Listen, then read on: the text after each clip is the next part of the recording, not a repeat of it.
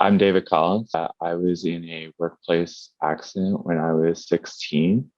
Um, it was a traumatic event that has changed my life. And I'm going to share my story. I was working at a golf resort here on Prince Edward Island.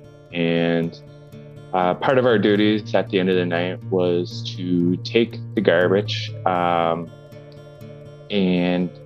dispose of it to the dumpster at the other end of the resort.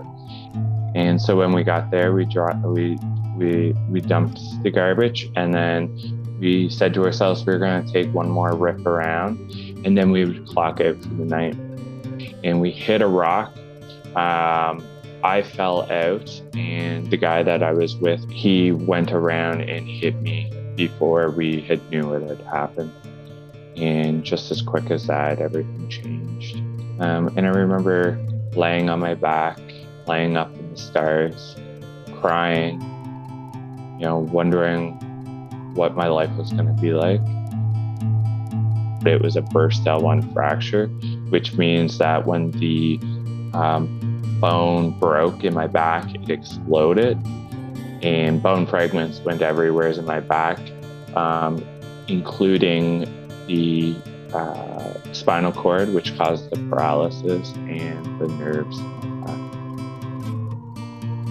So I'm 55% paralyzed from the waist down, and so what that means is just that. I guess I'm 55% paralyzed, but it means that I have a limited mobility and limited use of my legs. Workplace safety is so important for young workers, for students especially, because they're entering their first job and they think that they're invisible and that they're never going to get hurt, that they're never going to, be in a situation like I was in. But unfortunately, it happens every year that young people, get injured at work. They are in